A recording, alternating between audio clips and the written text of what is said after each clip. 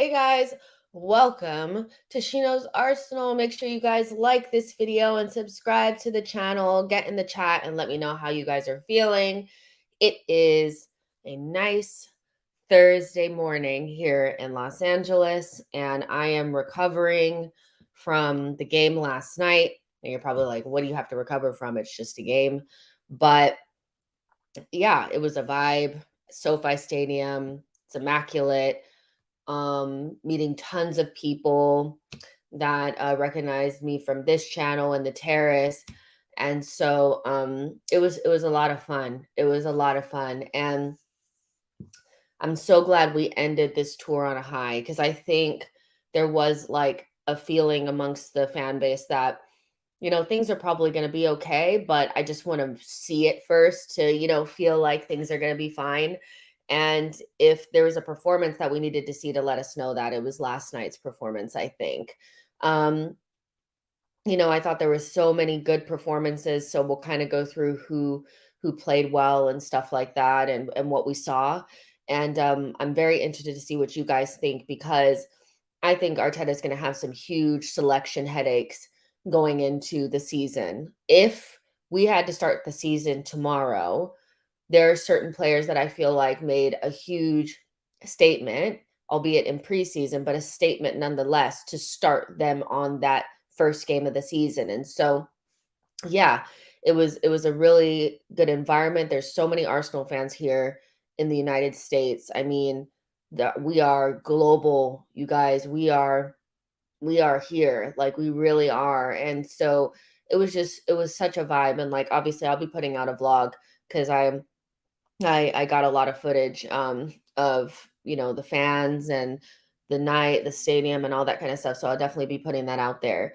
But yeah, like, man, what a night, what a night. And so we leave the US on a high, going into the Emirates Cup against Monaco. And then after that, we have the Community Shield, and then the season starts. So we're there, y'all. We are there. Let's see what you guys are saying. Tony is saying, but the good type of selection headaches. Exactly. And I think that's what Arteta wants and needs. Like, he needs to feel like he has options, and guys are fighting to be in that starting 11. Like, there is no backups and starters. We're getting the options. Do you know what I mean? Um, Fortis says, a bless up, Jess. Thank you so much. You know, thank you for being here. I really appreciate it. DJ says, nice to see you giving an interview on AFTV. I like those guys now that they've changed how they operate. Yeah, the AFTV people are super nice. I've never done a fan cam before, and I got a chance to do one yesterday. I still haven't watched it. I don't like watching myself back on like any sort of like thing. It's just hearing yourself back and seeing yourself back. You're like, yeah. So I haven't watched it back, but I will at some point today. But everybody at AFTV was really nice. Martin says Trossard should be a starter as much as possible. That is definitely something we'll talk about. Leopold says, how was the fish, Jess? It was so good. I was saying on Twitter yesterday that if you ever get an opportunity to go to Inglewood, or LA in general, you need to go to one of the fish markets. They're on basically every single corner, but basically it's a place where you can either buy fish, like different types of fish for yourself, or you can get like fish fried for, like the day, for lunch, for dinner, whatever. And so I got my two-piece catfish fried with 6 fried shrimp, some fries, and it comes with like tartar sauce and stuff. And what else was in there? I think that was it. They didn't have any 7-Up cake, but if you ever have an opportunity to do that, I would. Hold on real quick, you guys. Bella? No. Dog's barking, just another day. Just another day. But yeah, so if you ever have an opportunity, I would do something like that. But my fish was really good. Ate that right before I went in. It was great. Wine at the stadium was like $20, guys. So that was pretty steep. I was telling the girls that were, ringing me up. I was like, this is really hurt my soul. This $20 like can, it was probably as big as like this, not even, of wine. It was insane. Like, it was so expensive, but you know, I needed to have my vibes. Do you know what I mean? So yeah, but let's go ahead and get into it. Aha says, what the F is 7 Up cake, by the way? So it's basically like a pound cake, but like they put 7 Up in it, and it doesn't taste like 7 Up, it doesn't taste like Sprite, but it like keeps it like really moist. It's really, really good. Bella, no, no, you're not gonna start barking as soon as we start, doing the show. So yeah, let's go ahead and get into it. There's 200 of you guys in here, so make sure you guys like the video, subscribe to the channel. Let's start off with the starting lineup. It came out really late. It was a delayed kickoff. They were saying because of like the pitch, but somebody else told me it was because Arsenal were late to SoFi Stadium. I don't know. Which one was true, but we had a late kickoff about 60, no, not sorry, 36 minutes later than what was originally planned. It was originally planned for 7:30, and we ended up kicking off at 8:06. And the lineup finally came out, and I was happy to see that, that starting lineup had Gabriel, Saliba, and Ben White in it, and Saliba being in the center of the back three, because I think he's the best at it. He's our best sweeper. I think Gabrielle is better kind of off left. And I wanted to see Ben White kind of play with the usuals because it gave us the same vibe as last season. I thought, against Man United, there were just too many differences. Everything was so different. So I think guys are finding it difficult to like find those connections that they had last season. And so having Timber on the left, so kind of like where Zinchenko would be, obviously he didn't invert as much as Zinchenko, but having him in that role allowed for everything else to be the same. For Gabriel, Saliba, and Ben White to basically be how they were last season. And with the midfield changing so much, I do think that there needs to be some continuity up top and in the defense, because if every single line is really, really different, we're going to find it very hard to like get going at the beginning of the season. So I really, really like that. I really like that, like, Arteta seemed like he was like, "Okay, we're gonna knock this off. It's just gonna be the usual of Gabriel, Saliba, and White, and then Timber is gonna be on the left." In the midfield, Thomas Partey started. And that was because, I don't know if it was just because of it, because I don't know what Arteta was thinking, but my assumption is that it was because, Rice had a little bit of like a tight muscle. Um, and they didn't want to risk him, which, I wouldn't want to risk him either. Let's be real. It was turf. There's no reason to risk him. And if you have a player like Thomas Partey to your disposal, why even do it? So Thomas Partey started with Havertz and Odegaard, which is kind of like the normal vibes. Like there is, no drama there. It's what I envision Arteta really pushing for at the beginning of the season, is that Havertz and Odegaard will start, and it'll just depend who plays in that sixth role and who inverts on whatever side. Then up top, you had your usual Saka. I was really happy to see Jesus in there. Bella, stop. Seriously.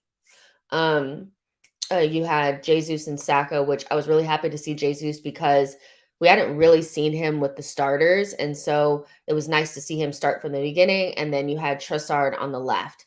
And you looked at the bench, it was quite strong. I think if you can imagine having Rice and Zinchenko also available, you look at that bench and it starts to look very, very strong, much stronger than last season. And guys like Holding are slowly dropping further and further away.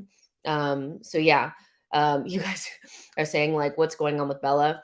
Or, you can't hear Bella. It's, if you have a dog, you know that it's like that inner bark where it's like, and it's kind of like, don't you start, it's like as soon as I press go, it's like all of a sudden she's like, and I'm like, okay, I need you to relax. Okay.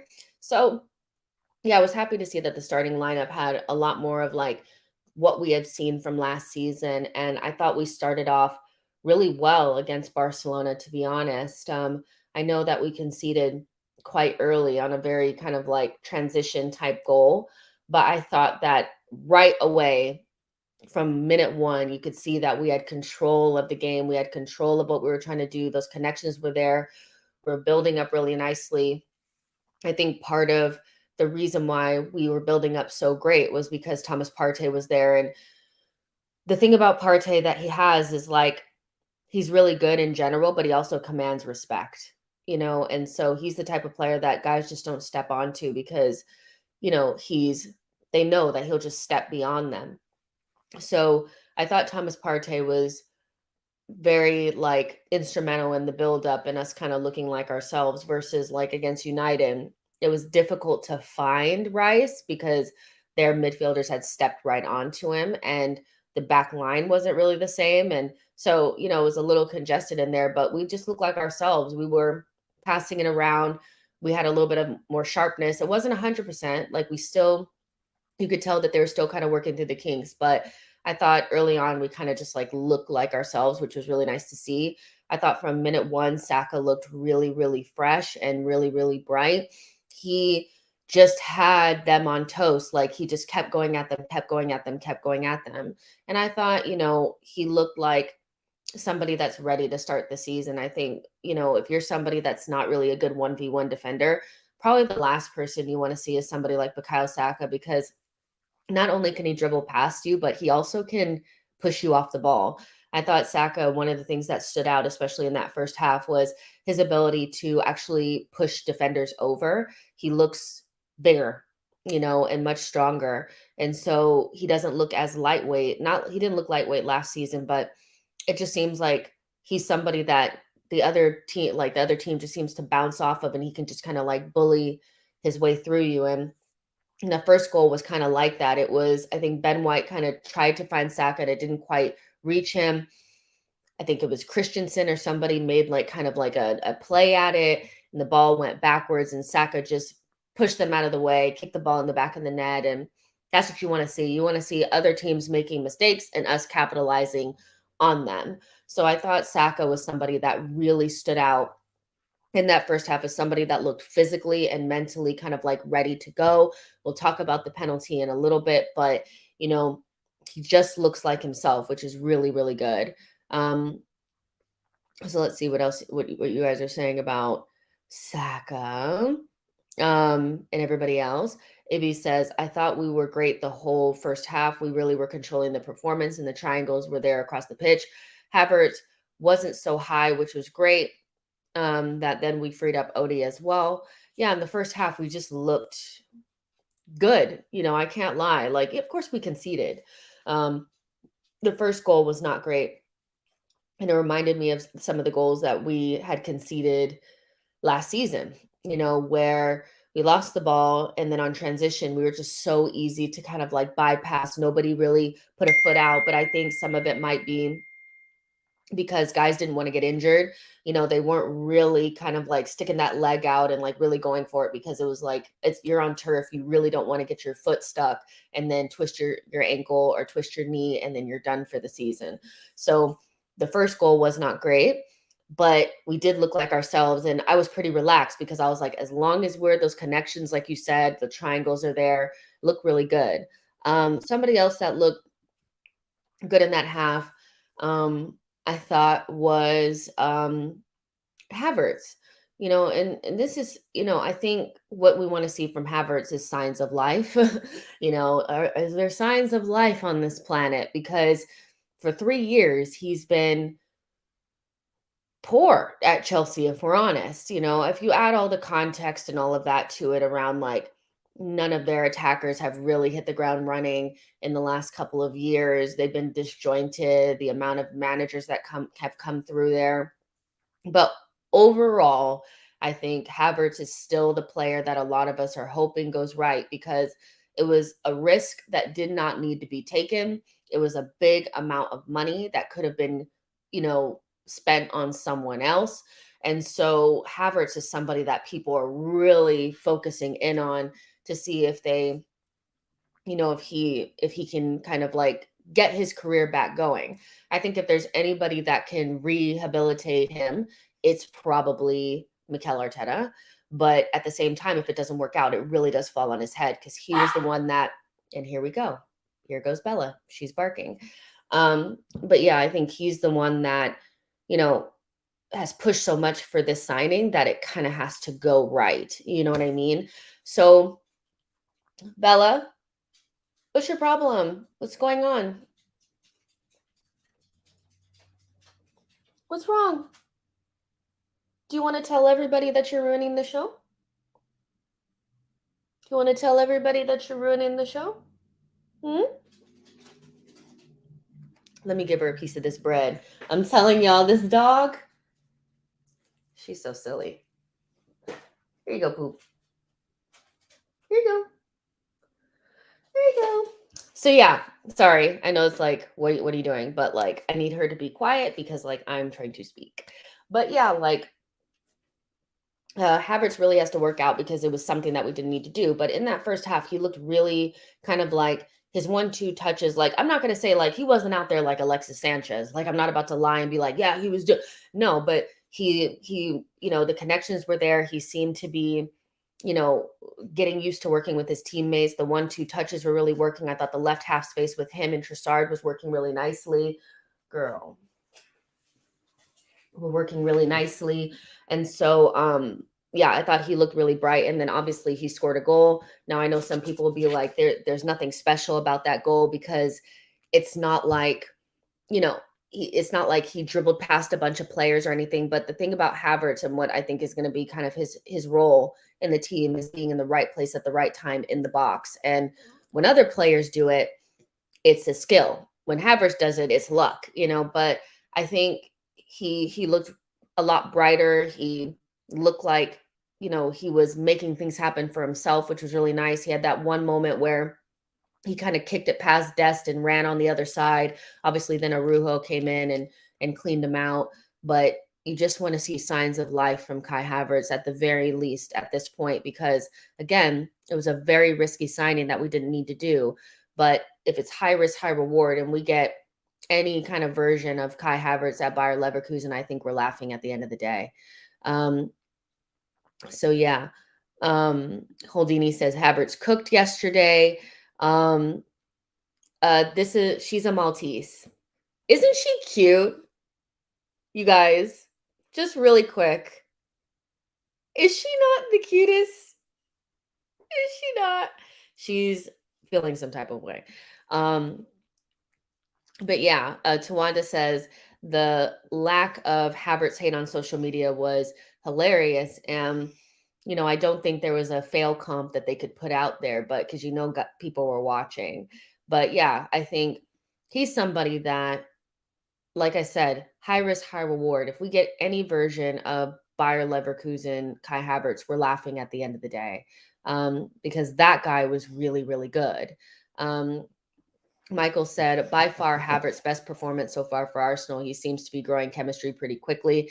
And I think that's the thing. It's like you have to keep playing him even through, the criticism online. I think if Arteta after the United game had dropped Havertz and, went with something different, let's say Rice had been fit, went with something different, didn't trust him, I think that would look bad on Mikel Arteta. I really do, because he has to be convinced. He has to have conviction in what he's putting out there. And so I liked what he said after United, that he was and before this game, about being calm and remembering that these guys have never really played together, and persisting with Havertz so that he can get used to his teammates, because he's never going to learn and never going to get used to being at Arsenal if he's sitting on the bench where people are comfortable with him being there. Because as football fans, I think we're really uncomfortable with seeing things that aren't working perfectly right away. And so we kind of either want it to work right away, but if it doesn't work right away, we want it gone quickly.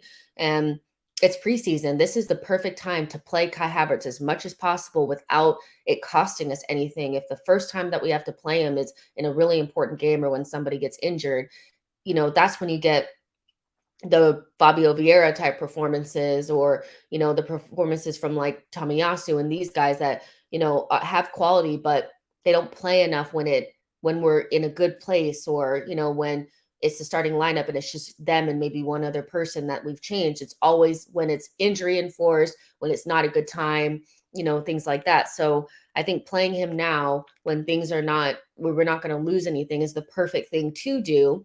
Get him some confidence. But Kai Havertz, I think, will start in the first game of the season at home against Nottingham Forest.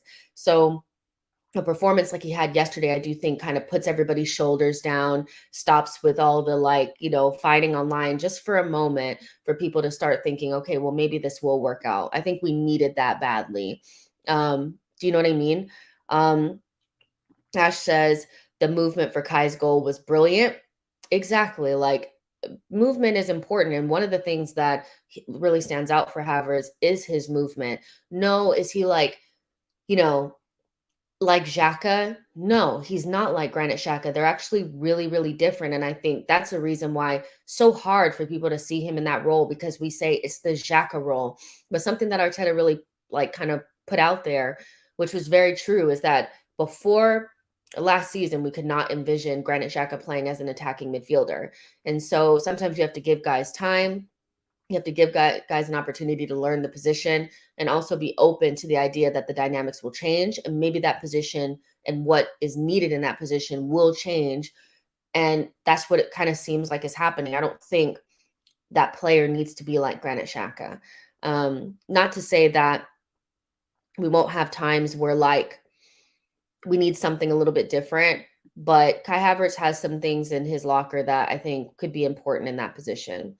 Ash says it's usually the Arsenal fans leading the Kai Havertz hate train. I think what some Arsenal fans do, and fans in general, is they try to get ahead of the banter. So, like an example, and I know this is kind of like off topic, but Jesus's interview the other day where he was saying that Arsenal got nervous, and that's kind of like why we didn't win the title, is like there was that nervousness, and we weren't as calm as Manchester City. That was obvious. Like that's very obvious information. Like it's not anything that I think that we can refute or say that didn't happen. I think we saw before our eyes that a team that was very confident at the beginning of the season was losing that confidence very quickly, and was really kind of like getting nervous because of the pressure of the run-in. The nerves for me were so obvious, like against Liverpool and against West Ham. I think if those games happen at the beginning of the season, we win them. But because there was so much on the line, we and also that was exacerbated by the fact that we had Rob Holding back there too. So Jesus does that interview and people get upset. And somebody, I was saying that like I don't think fans are comfortable with players being honest and being human, because sometimes when they're honest and they're being human, it's not what you want to hear. And somebody replied and said, I'm okay with them being honest, but what he said reinforced what rivals were saying about us bottling it. And I think that what it is we try to get ahead of the banter. So if we feel like Havertz is not going to make it, and we know that, rivals are going to be making fail comps, instead of being one of the guys that's like going to believe it, that Havertz can do it and be good, I get ahead of the banter and I say I think he's going to be crap, so that I don't have to feel like they're making fun of me, you know? And so I think that's why you see so many Arsenal fans. Some of them are being honest about how they feel and that they don't think he's going to work out. And, it was a big risk and he's not a very good player. But I think some guys are just like, damn, they are going in on us. I'm going to also go in and join in. So it doesn't feel like they're making fun of me. So yeah, Sean says is Havertz's first time playing with Jesus, so I think it'll make him better.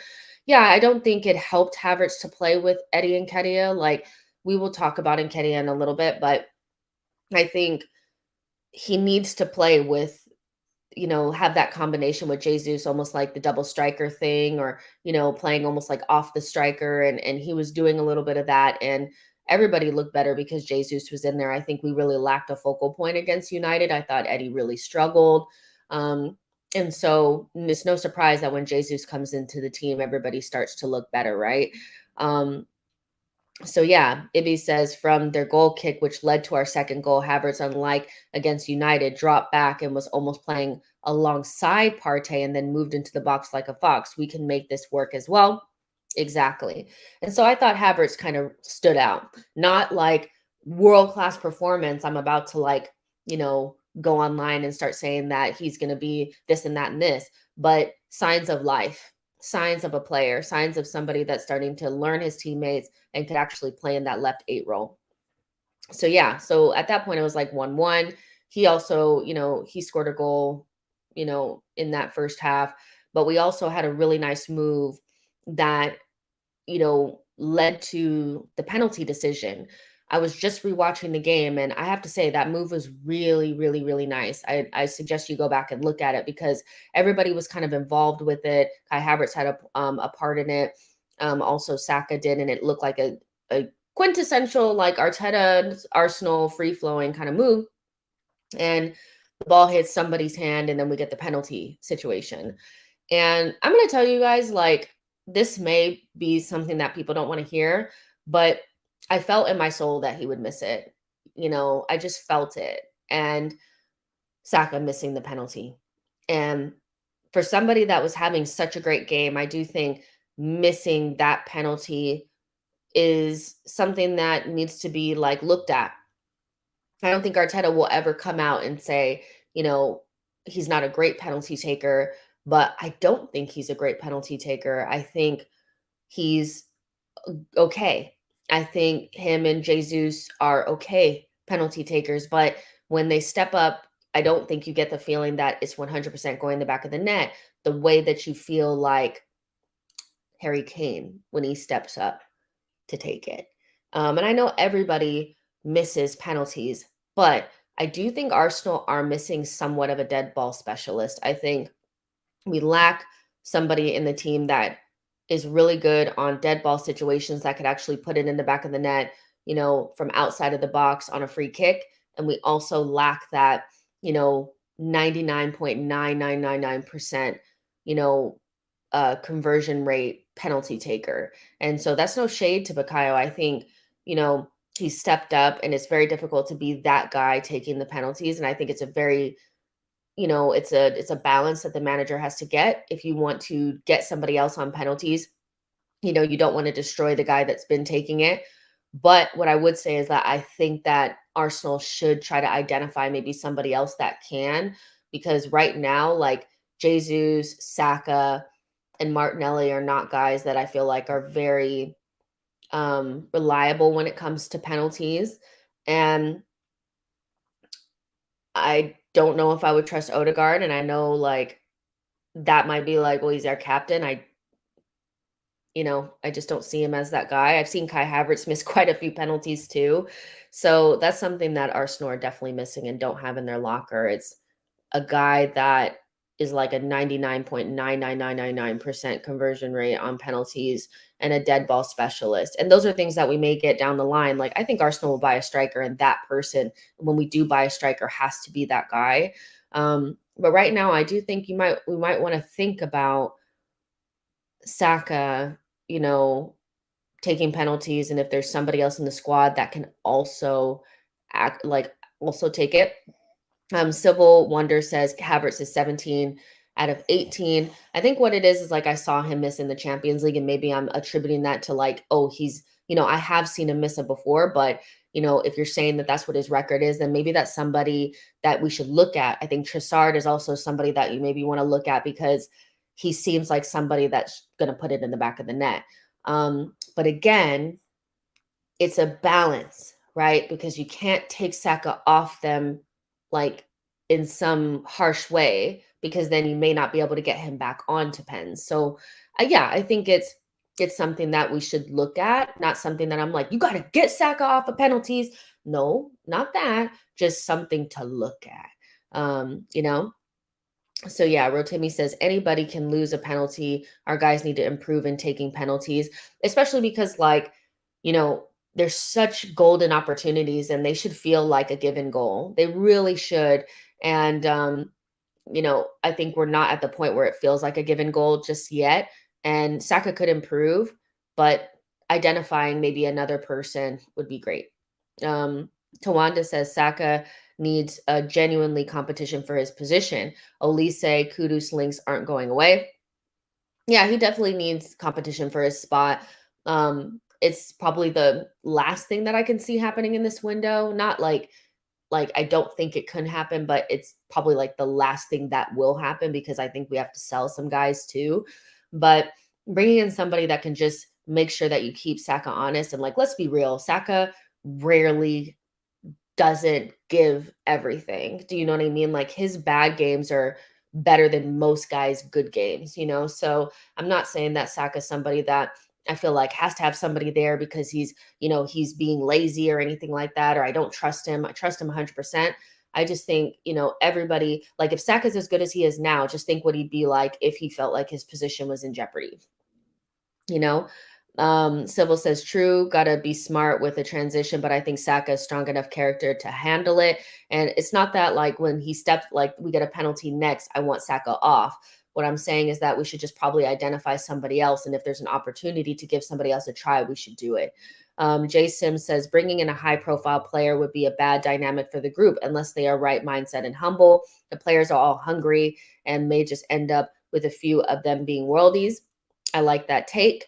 Um, Omen Em Omenanya. Sorry, I wanted to make sure I tried to get that right, and also, I'm, like, barely hanging on right now, so, like, even just reading that right now, I was like, "Okay, slow down."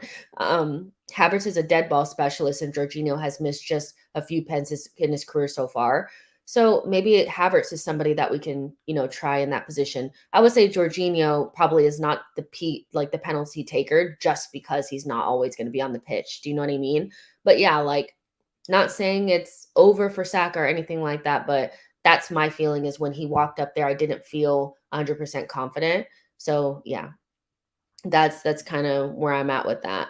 But Saka was really, really good in that half. And I thought he was actually good the entire time that he was on there. And, his bag really is like running at defenders, getting them 1v1, and his ability to get past them, but also be able to body them as well. Keep the ball. He's very reliable in possession. He makes the right decision almost every single time. Saka is just a phenomenal player. And saying that he was good is almost like, well, of course he was good, but I just had to mention it. So yeah, Trossard, he had the two goals. I just think that the guy is a freaking superstar, and he's somebody that like there was an opportunity for our Arteta to keep with him when he was last in form. At the end of last season, if you guys remember, before Jesus kind of came back into the team and Martinelli was, wobbling a little bit, we went with Trossard, and then as soon as Jesus kind of came back into the team, Trossard was dropped. I think he took that personally. Trossard is not some guy that's coming to sit on our bench. He's a pro. He's seasoned. This is his first time at a big club, and I don't think he's just going to not start, and just take it. I think he's really like I sense an opportunity to play, and so I'm going to do it. And so I think Martinelli has a real challenge on his hands because it's not that I don't think Martinelli is great. I think Martinelli is a fantastic player and is the starter. But if I had to choose the team for a game that started today, I would choose Trossard based on preseason. I think the goals that he scored, the one that he scored against the MLS All Stars, the two that he scored yesterday, one of them that was so nice, like just so well taken with his left foot. He can left foot, right foot. I mean, he's so good. And then the run into the box off of whose cross was that? I forget, you guys will tell me whose cross that was.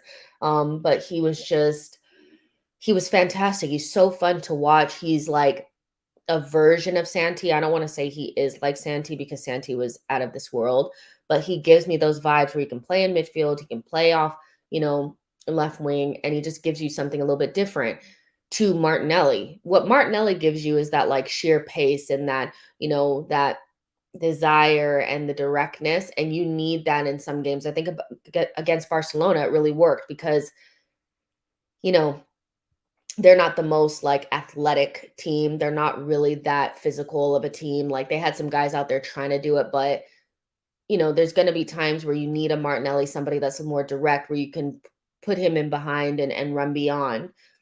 But if the game is in front of you, Trossard is the best. I think if the game is in front of you, Trossard is the best because he's so good in tight spaces. He's so intelligent. He knows what decisions to make.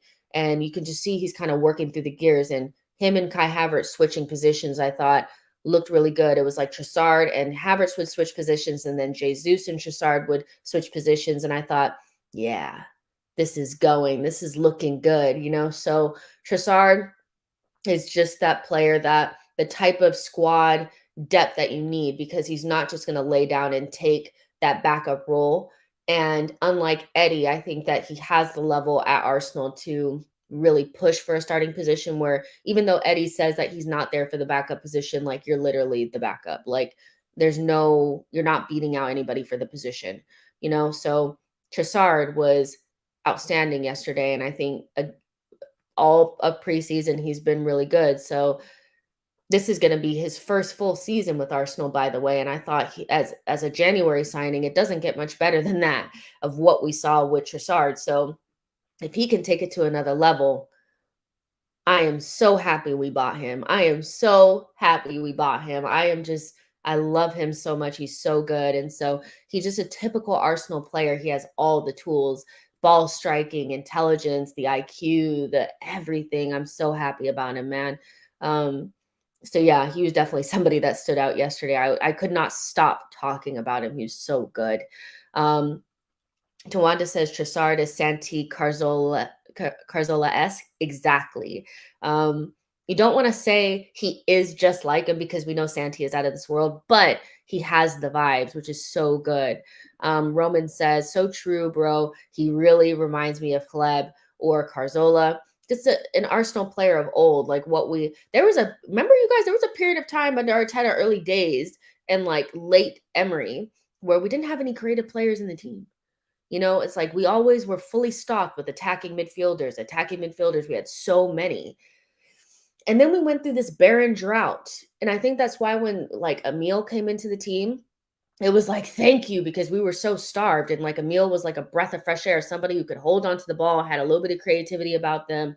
But now we're spoiled for choice. We have so many attacking midfielders, guys that can play in the 8 positions, can play wide.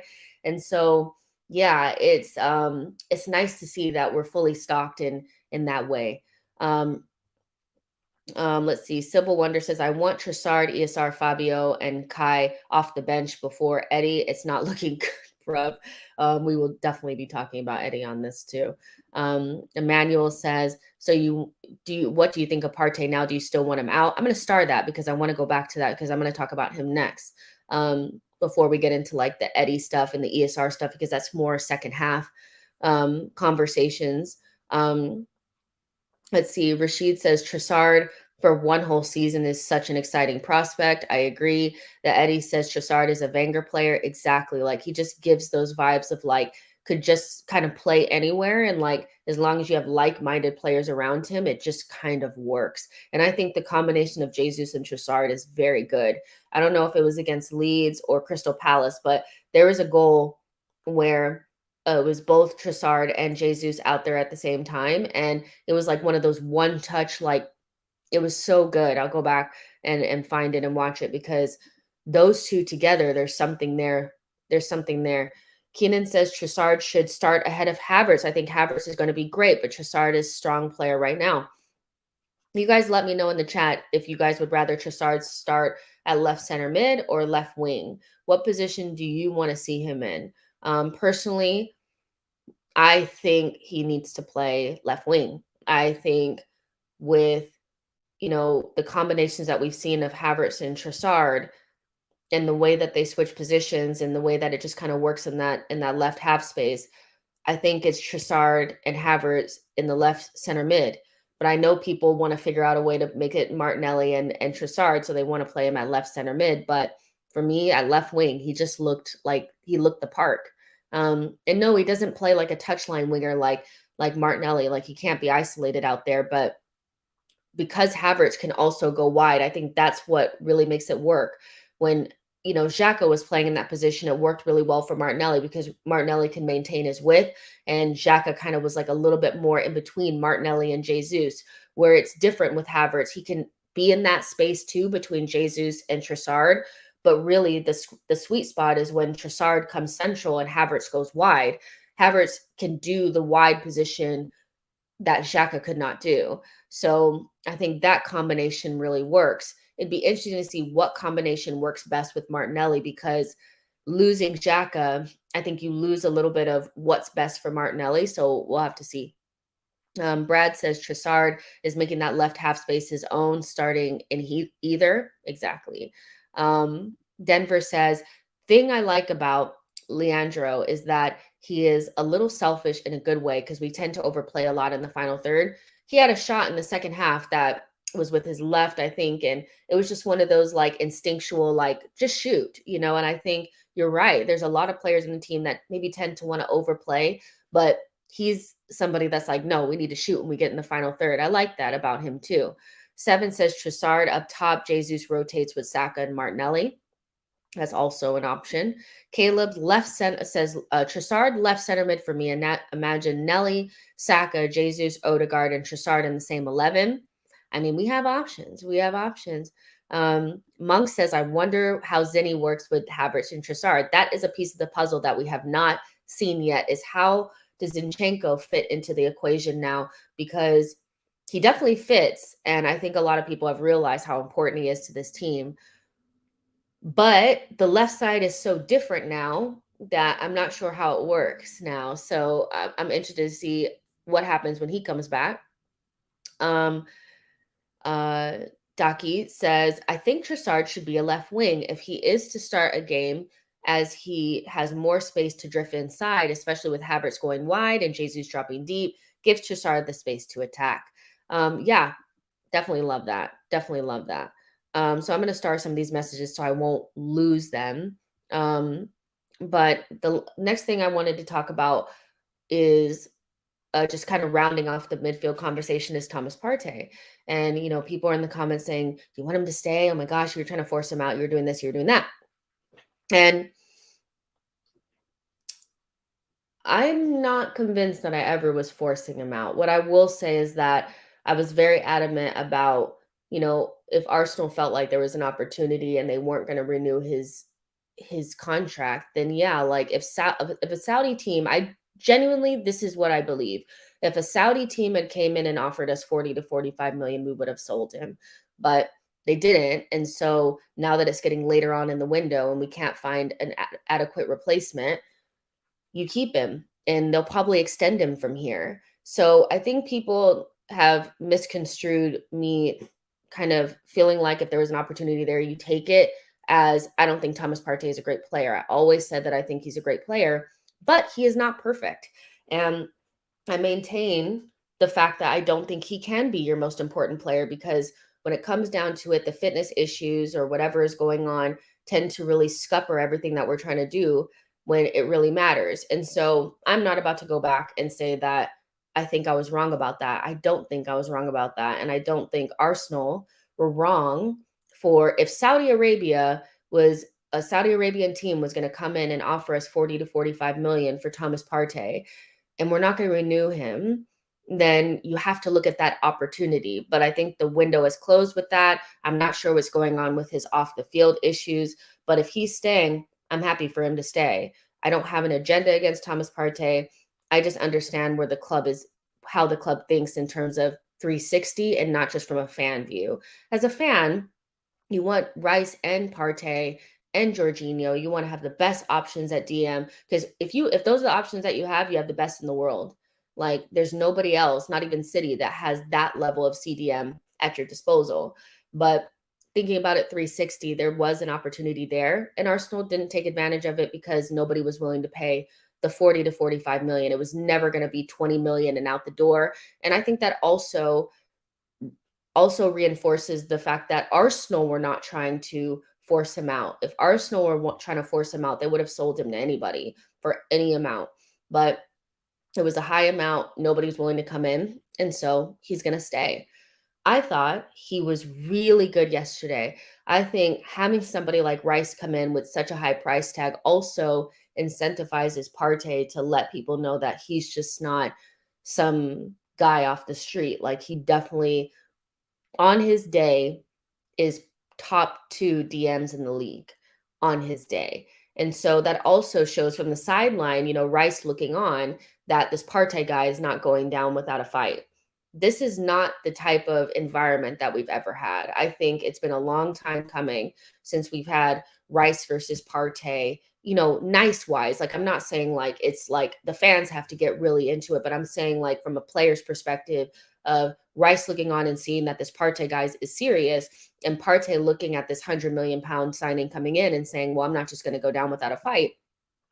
You have Trossard and Martinelli, you have different battles across. You have Timber, trying to figure out where he's going to fit in as well. And so I thought Partey was really, really good yesterday. I thought having him in there helped us with the buildup and being able to manage and control the game.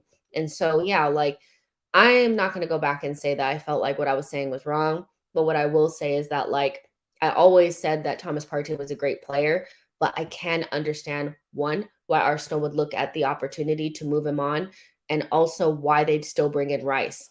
You don't spend 100 million on another DM if you don't have question marks around the guy that's there. So hopefully having somebody else there makes Partey kind of push himself a little bit more to maybe physically be in condition so that, like, when we get to the latter stage of the season, he's ready. Um, I'll say that something that I have heard is that he is quite the party animal, and he's somebody that likes to go out, and there's a level of, I don't want to say unprofessionalism, but I'll say a little bit of unseriousness when it comes to Partey off the pitch. And Arteta is a very serious guy. So yeah, Thomas Partey played really, really good yesterday. I think it's good for the team to have somebody like him in there. If we had sold him, we would have brought in an adequate replacement or somebody else that could step in. But, you know, he did as good as you possibly can, and he showed people that he's no, just any other guy. But I'm not about to sit here and act like he's perfect either. So yeah. Um, she looks like a teacher on Zoom. Um, Yeah, I mean, glasses on, little fax machine in the back, this little lecture. I hope you guys are taking notes, because there's going to be a quiz at the end of this. No, I'm just joking. Um, so let's see. What else? What else? What else? Diallo says, and I don't see Mikel playing both Partey and Rice on a permanent basis. He is an attacking manager, will always choose to play five attackers. And yeah, I think it's Partey or Rice for the most part. I don't think they'll play with each other that often either. I feel pretty confident saying that right now. There are situations where we may, use it, but I don't think it'll happen very often. But, you know, um, we'll see how everything unfolds, because I don't see Rice as like a perfect fit for that left mid position either. Because if you didn't like, the way that Xhaka played it, I'm not saying Rice is exactly like Xhaka, but there's a level of like intricacy, and you see how Havertz and Trossard kind of operate in those very tight spaces in the left half space. Rice is more of a bull in a china shop type guy. Like, he's going to run through guys, and like he has some tech, but he's definitely not doing those types of things in those positions. So we'll see how it unfolds, but I do think it's good for both of them to feel a level of competition that keeps them on their toes. And also you have Jorginho there also, like, I want playing time, and I like that he's taking the El Neni role, because if you have to say like a big step up for us, probably an underrated step up is going from El Neni being the third DM to Jorginho being the third DM, you know. Dumb says, so Partey literally Partey hard, kind of explains his performance at the end of the season. Now, people are saying don't spread rumors, but that's just what I've heard. And so take it or leave it. If you don't believe what I'm saying, or you don't think it could be true, or you don't like that kind of stuff, then hey, that it is what it is. Like, but it would explain quite a bit, So it's not out of the realm of possibility. Like, I don't feel like that's that wild of something, and it's something that I feel like a lot of people have heard. So we'll see. Either everybody's lying, or there's a little bit of truth to it. Says Rice is a transition killer. That first goal is where you see what you pay for. And yeah, that's one thing, is that like with the team that we had yesterday, there still is a lack of like being able to kill off transitions. And I don't think Barcelona are that good of a transition team, but against other teams like, the Uniteds and the Newcastles and guys like that, we're going to need somebody in there that can sniff out the danger and kill it off. So we'll see how that progresses. But different horses for courses. There's definitely times where you need Partey. If you don't have Zinchenko, you have to have Partey in the team because the buildup is just not there. So we have tons of options. I think that's the most important and exciting part. Let's see. Sleepy says, "How can some of you not believe that he's?" Oh no, sorry, I shouldn't have put that up. Sorry, I shouldn't put that up. I shouldn't have put that up, you guys. Um, let's see. Dale says, "Do you think there's a chance that Rice doesn't start the first game of the season?" There's a chance, I would say, like, nothing is certain. He's dealing with, like, a tight calf, and, it's not that long before we start our first game, but, Nottingham Forest at home, I think you wanna run out your record signing on the first day, so I I have a feeling he will start, but we'll see how things progress, like how Arteta figures out what's best because there's also like a way that you can get Thomas Partey and Rice in the team without having to sacrifice your five attackers, and that's by playing Thomas Partey in that right back role and having them play next to each other. So there are ways to get them both in the team. I think there's a chance that Rice would not start, but I think if I had to guess, I would say on your first game of the season against Nottingham Forest at home, you're going to want to run out your your signing of the season. I don't think you want him on the bench if he's fit enough. So yeah, let's see. But yeah, definitely love Thomas Partey's performance, Trossard's performance, Havertz as well. And the other thing that I wanted to touch on is Ramsdale. There's been a lot of talk about Ramsdale, and you guys know I love Ramsdale. I really do. Like he's a player that I kind of will always go to bat for, and even when I feel like, ooh, that wasn't very good, I always kind of maintain the feeling that he's a young guy, and he'll get there eventually, and all that kind of stuff.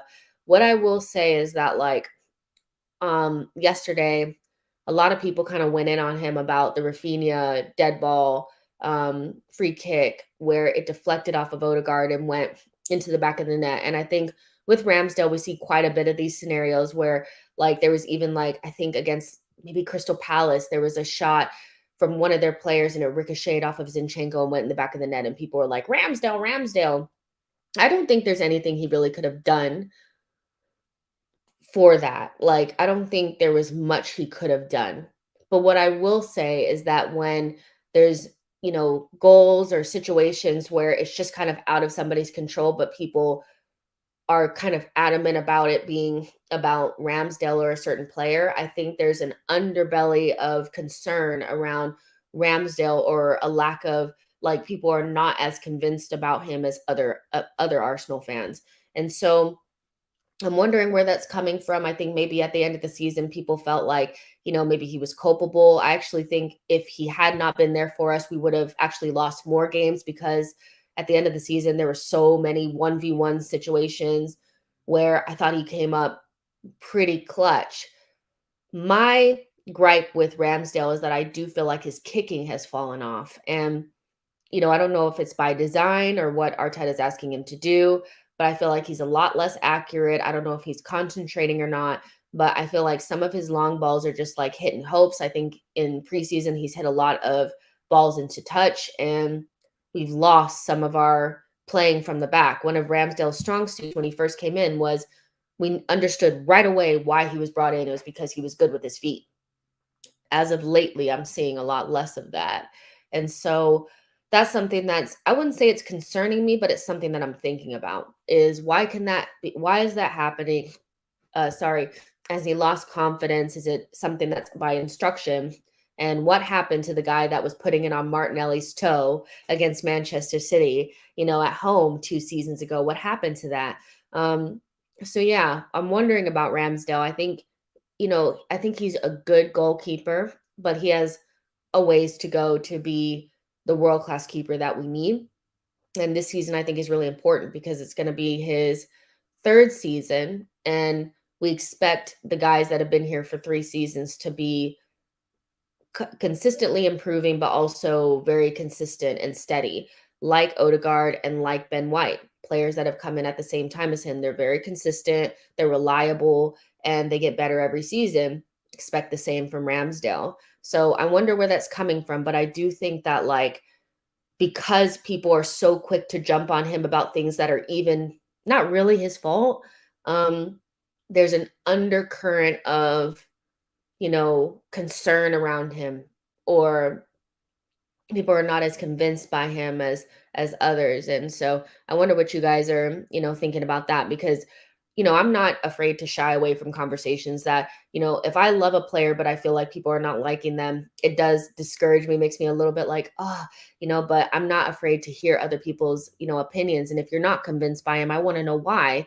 because your goalkeeper is so important at this level. In order to win Champions League and Premier League, you have to have the right guy between the sticks. And so I'm interested to see what you guys think. Um, let's see. Says the pressure is there, so you need to level up. Islam says Turner is leaving next summer, and we're gonna have to buy somebody anyway. If Ramsdale proves to be a liability, we can up the price to bring in a starter goalkeeper.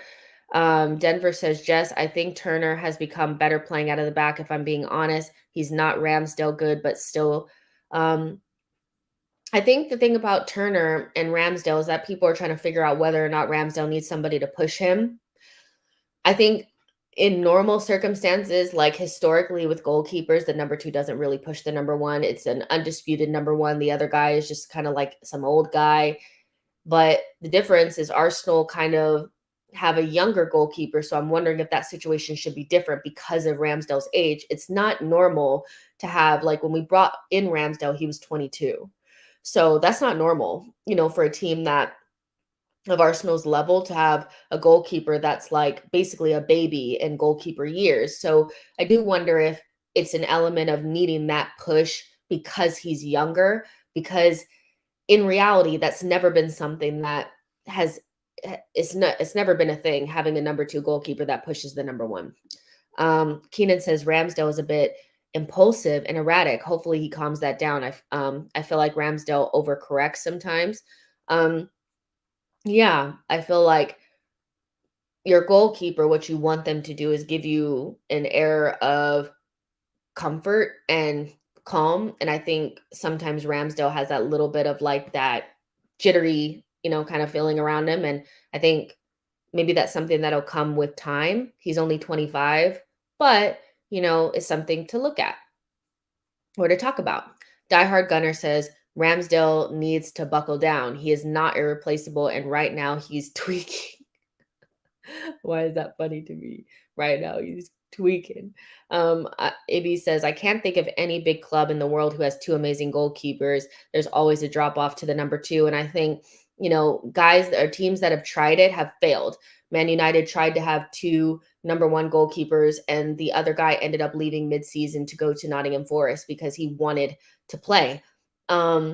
Even I think PSG tried it with you guys will tell me what his name is, but is he the Chilean goalkeeper? What's his name? Keylor Navas. Now he's at Nottingham.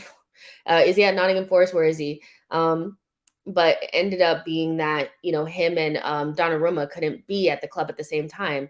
So I think it's just kind of like normal that you have a number two goalkeeper that's kind of like it's just literally a drop off.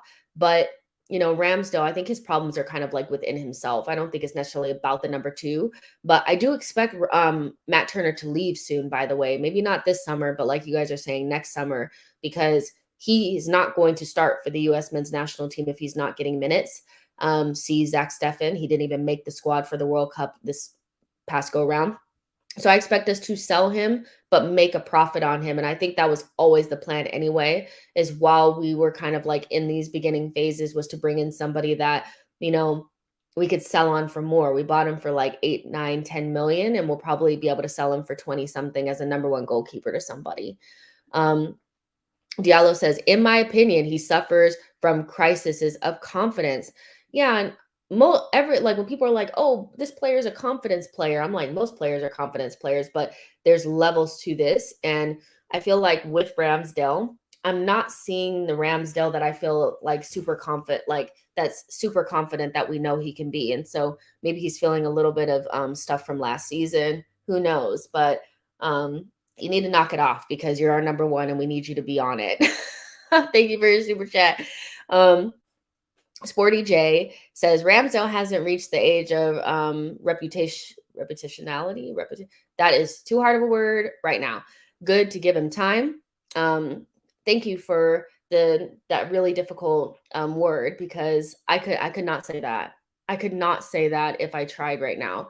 Cavino Latino says Ramsdale is a golden retriever and net. We will need to upgrade soon to the American dog.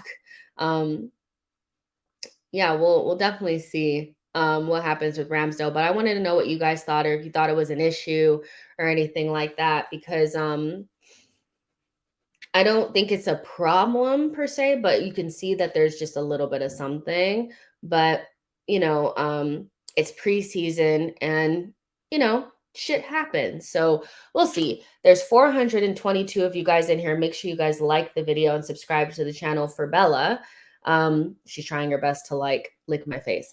Now, kind of talking about the second half, because I know some of you guys were wanting to talk about like Emil Smith Rowe. I thought he looked really good in the second half. I thought, no, he didn't have like a million touches, but I thought his intention and his body language was really good.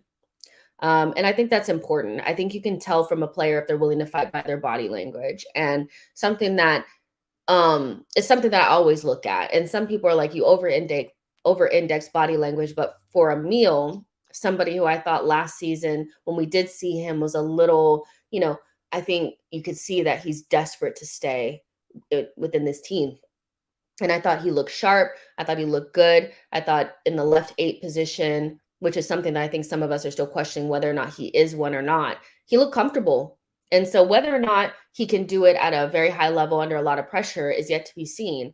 But I think just he put himself in a position where I think people are excited to see him back, and are wanting to see more from him in that position. And so, yeah, he had a couple of decent shots, decent looks. It was a meal. And so I was happy to see him look like himself, look strong and quick, because it's been a long time since we've seen him like that. So I thought Emil did a really good job too, for sure. I like Emil. I want it to work out.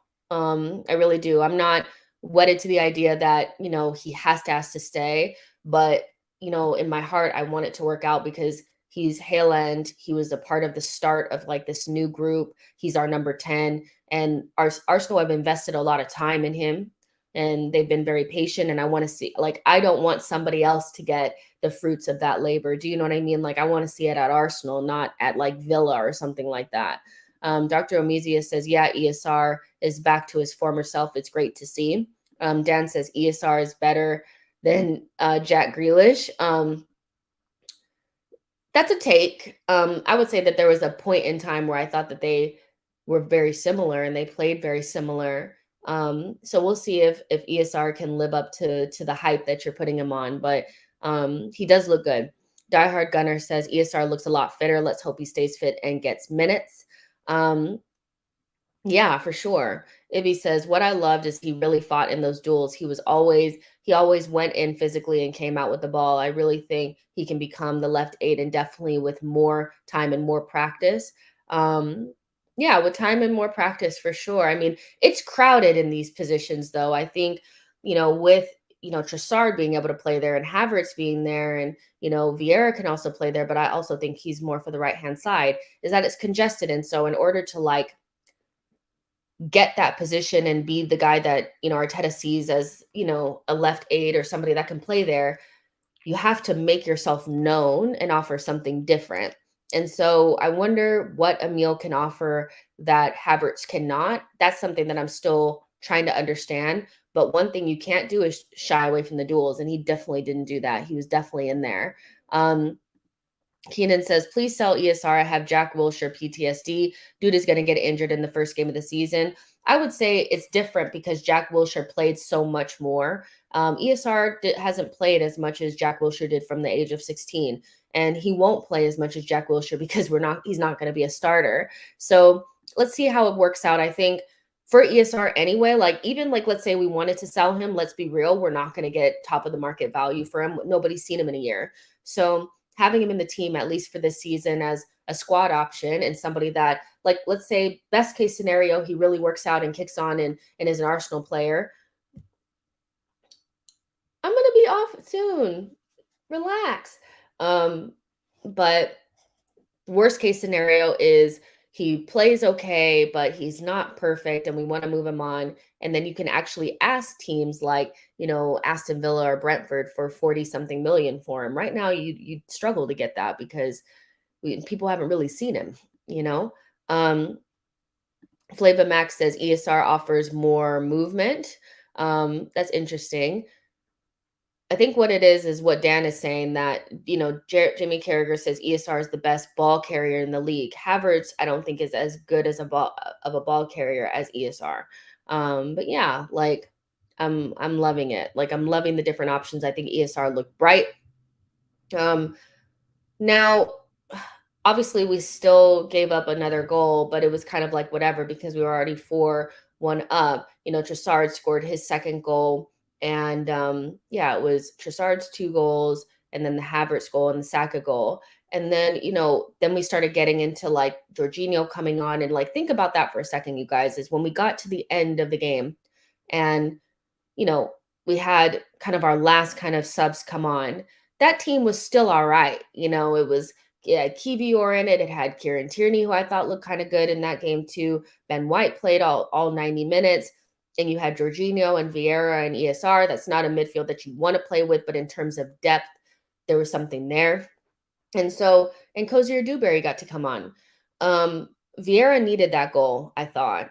He really did, because he's been somebody that people are just like not into. I don't think he was great against United, but nobody really was.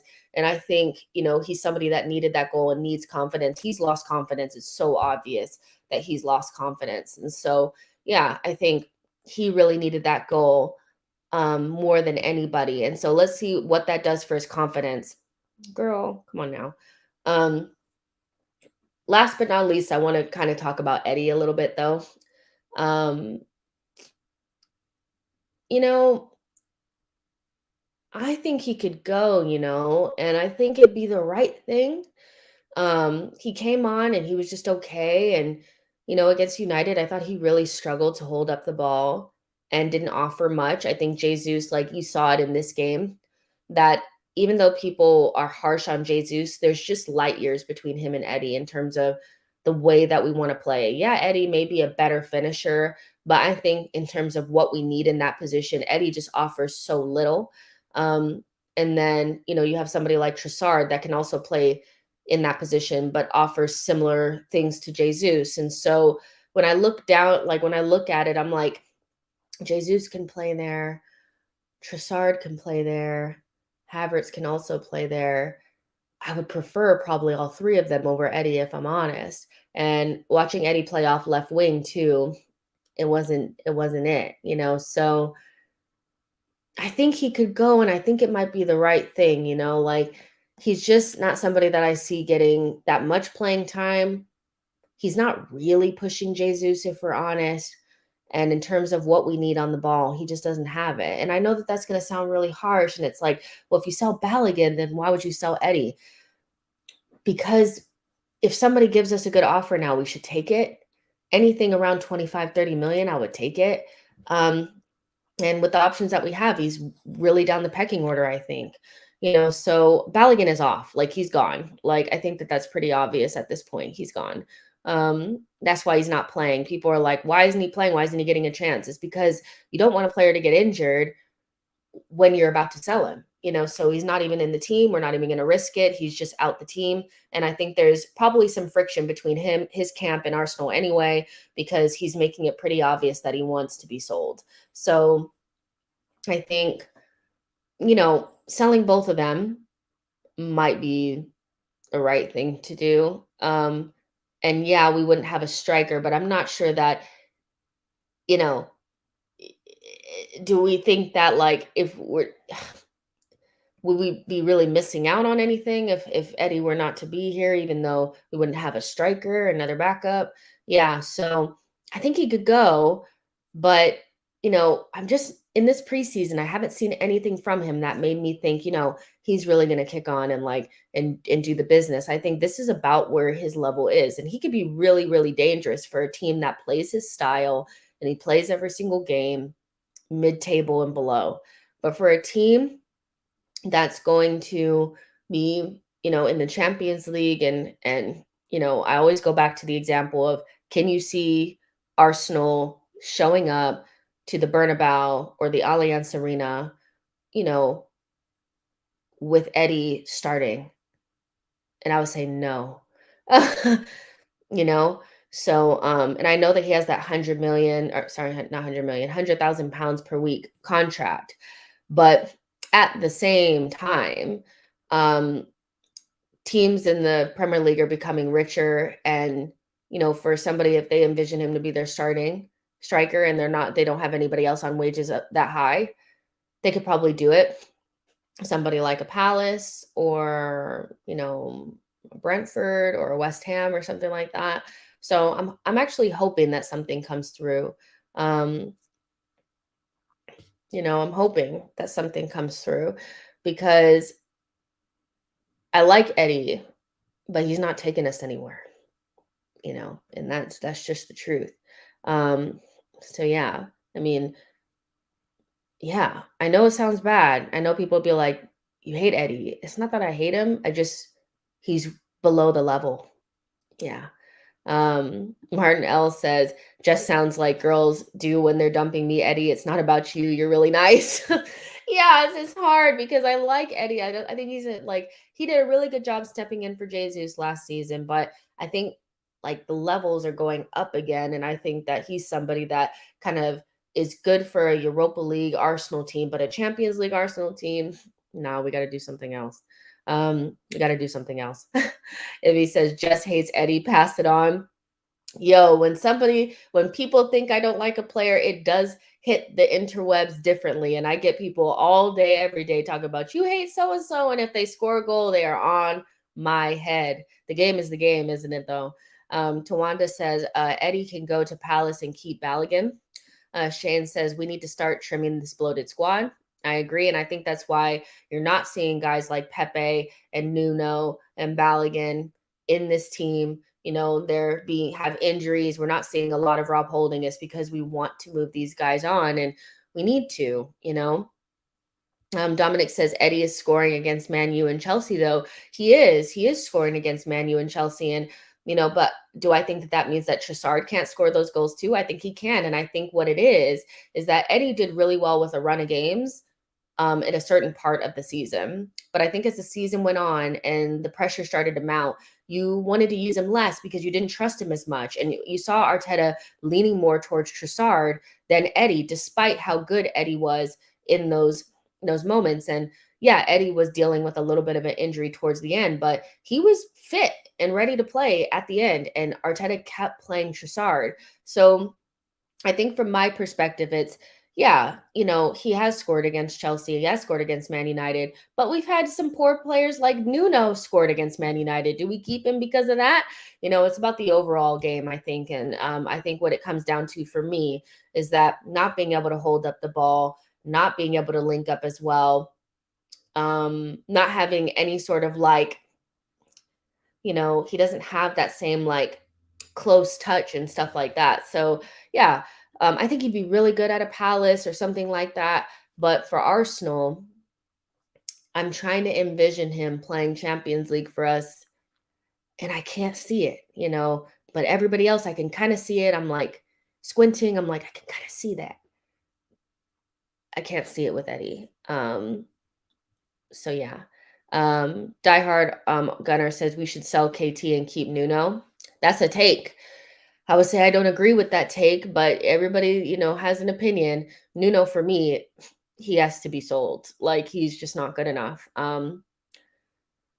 But yeah, everybody's got takes. Nee says, I don't like Eddie and Balogun. Both are not good enough. Just move them on. I think Arsenal will look towards a big striker signing next summer. And I think that's kind of the issue is that what happens this season? What happens this season if you were to move both of them on? I think we would go with what we kind of been doing last season. I think it's important also to remember that like we really kind of perfected what we were doing last season and we're adding new pieces to it. And so to break it apart again and add something like a striker that you're going to have to feed, which will be different than what how we play now, I don't think is really what we need to be doing. I think we need to be perfecting it even more the way that we were playing last season and keeping things pretty consistent.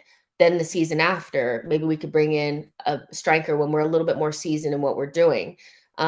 And we're not also redoing the midfield and adding another defender and stuff like that. So I think there's another level to go with what we're doing now. And then maybe next season you go and there's also going to be players available next summer that are not quite that available now. Somebody like a Victor Osimhen. That is somebody that I think is your only signing next summer, but it ends up being such a good signing that it just is what it is. You spend 130 million on one player and you just go from there. This summer, I'm looking at the striker market. There's guys that are good, but not Osimhen change your life good. And because we've already spent 100 million on Rice and we're kind of already at the top end of like what we're probably going to spend, I don't think there's the room to do that. But I wouldn't be surprised if we got to January and we started hearing noises about whoever Arsenal are going for next summer. And it's our number one target and kind of like a Rice situation, but with a striker. And I think it's okay to wait for the right person. And strikers, you can't get it wrong. With the strikers, you just can't get it wrong. Like your main midfield guy, your center back, your goalkeeper, your striker, right down the spine, it has to be perfect.